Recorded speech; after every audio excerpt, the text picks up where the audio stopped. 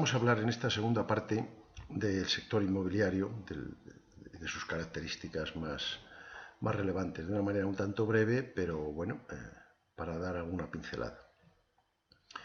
El sector inmobiliario pues es un sector que comercia con bienes inmuebles, obviamente. Y tiene diferentes mercados y submercados.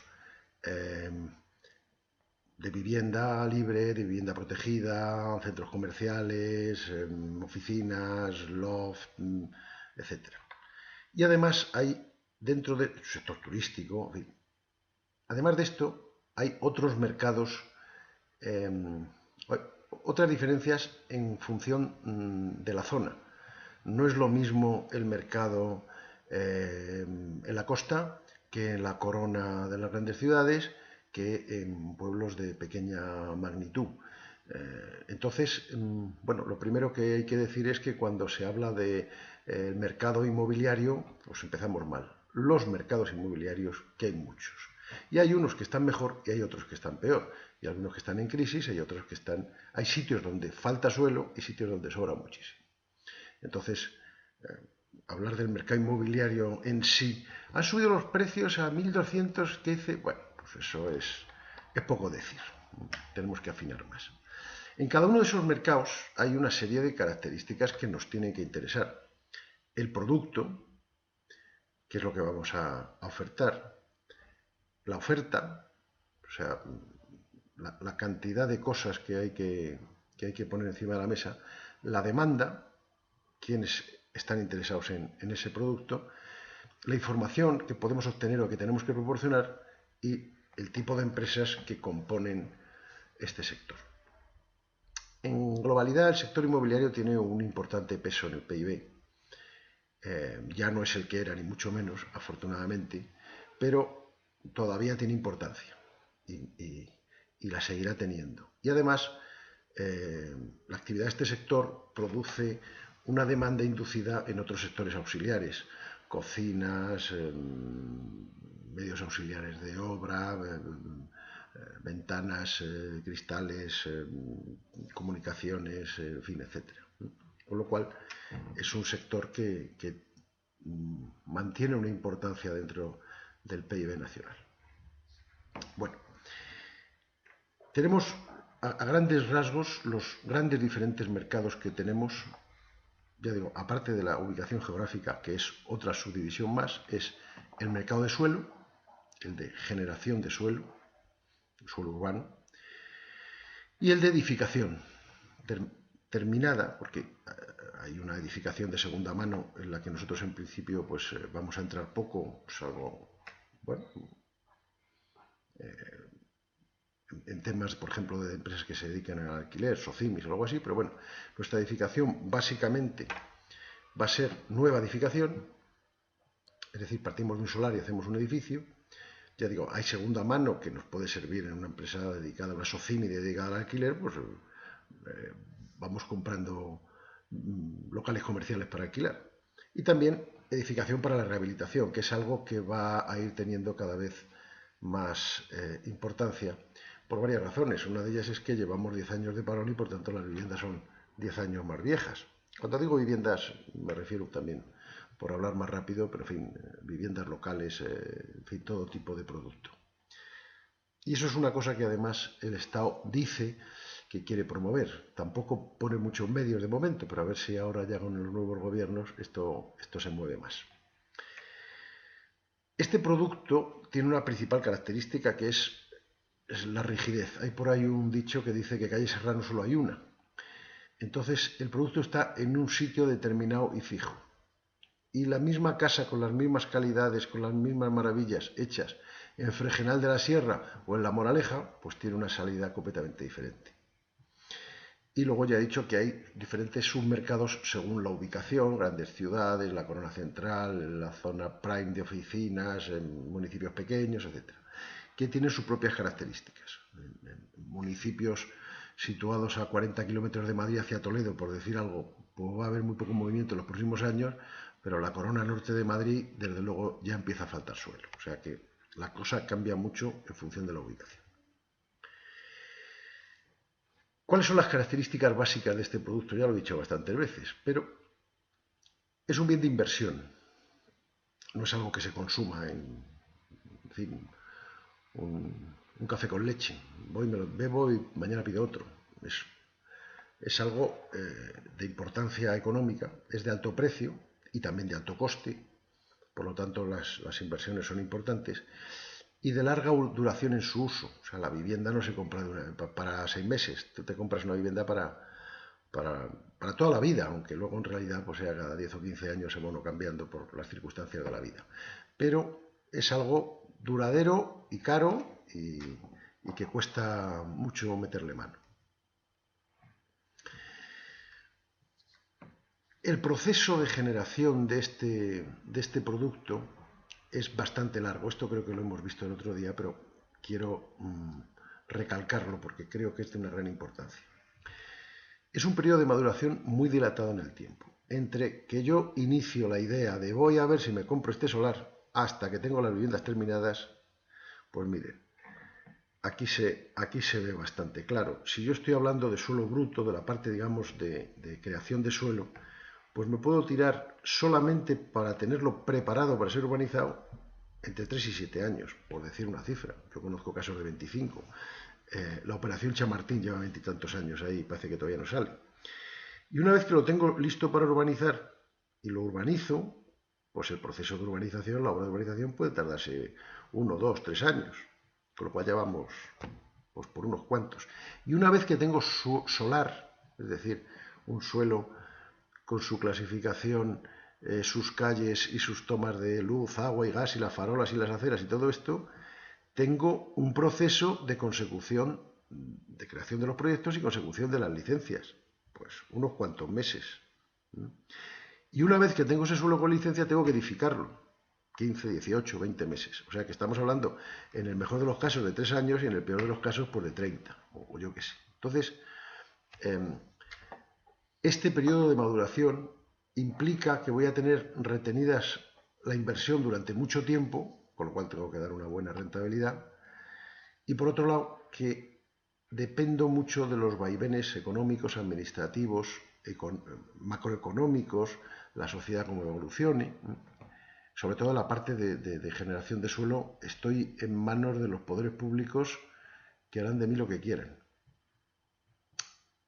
En fin, si soy habilidoso, pues quién sabe. Luego, por otra parte,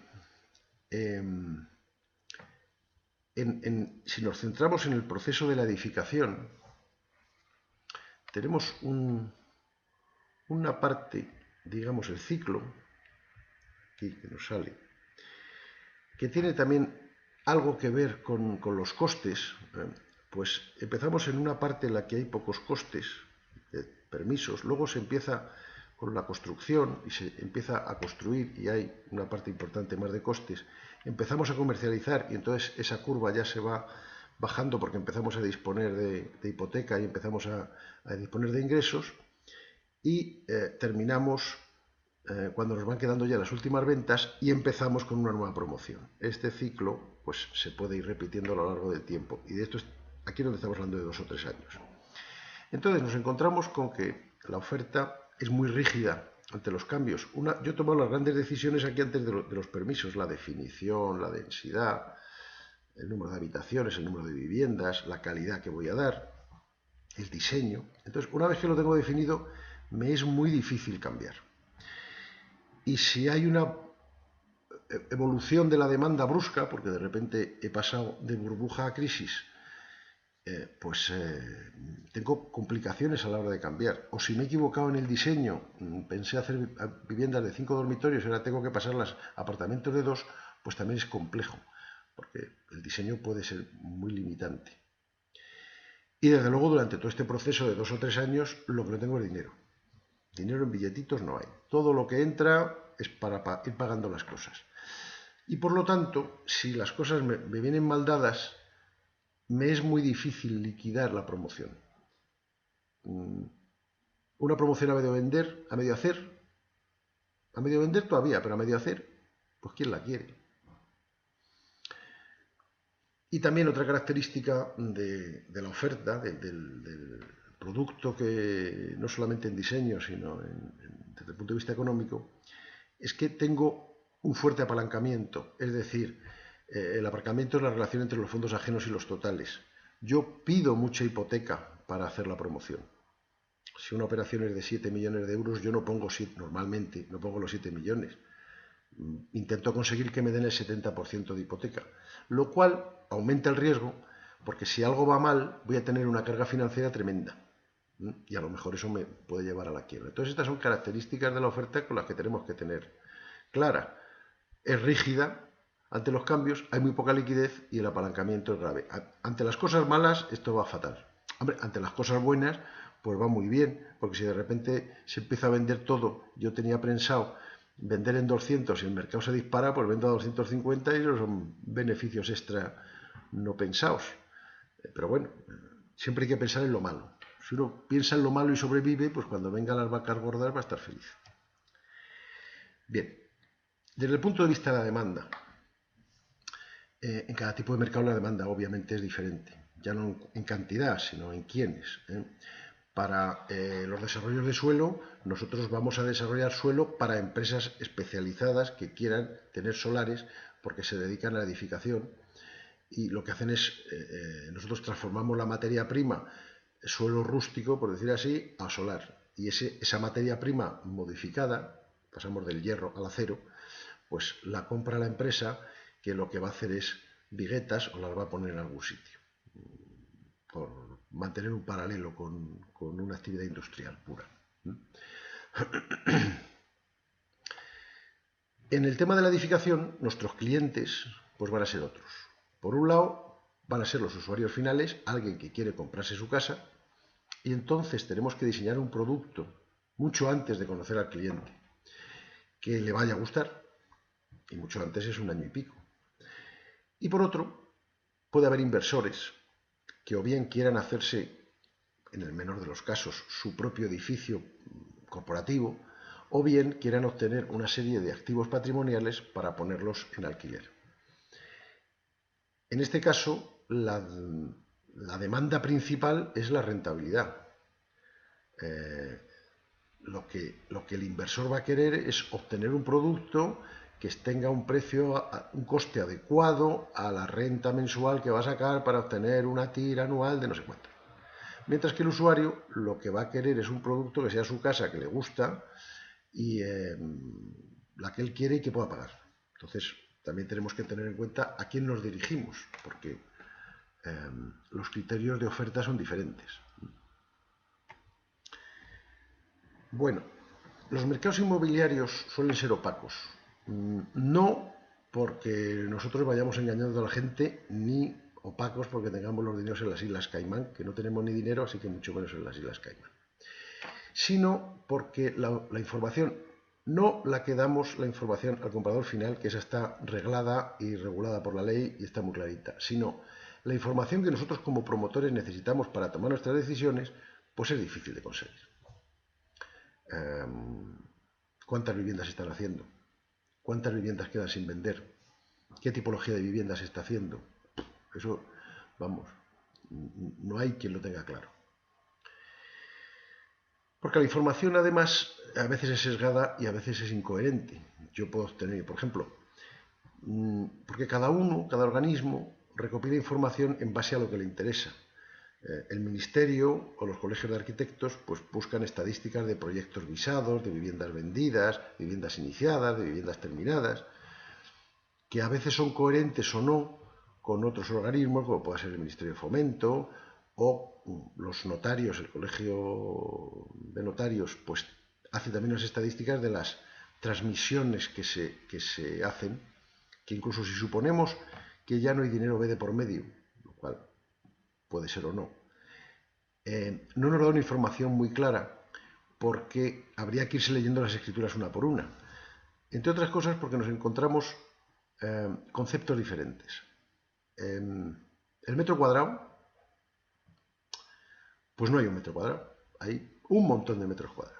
El metro cuadrado es una cosa que mide 1 metro por 1 metro, que es la 10 milésima parte del cuadrante del meridiano terrestre, no sé qué, de iridio en París, o la oscilación de no sé dónde, de no sé qué fotón. Vale, Pero en la promoción inmobiliaria hay metros cuadrados de suelo en bruto, o de suelo neto, descontando las cesiones, o del suelo de parcela, donde puedo hacer la casa, o de edificabilidad, que es la cantidad de metros cuadrados de vivienda que puedo hacer, que me permite la ley, o del techo máximo construible, de, de lo que me permite la ficha urbanística, pero yo a lo mejor no lo puedo utilizar todo por criterios de mercado. A lo mejor voy a hacer chalés en un sitio donde permite hacer chalés de 300 metros cuadrados, pero no me atrevo y hago 200.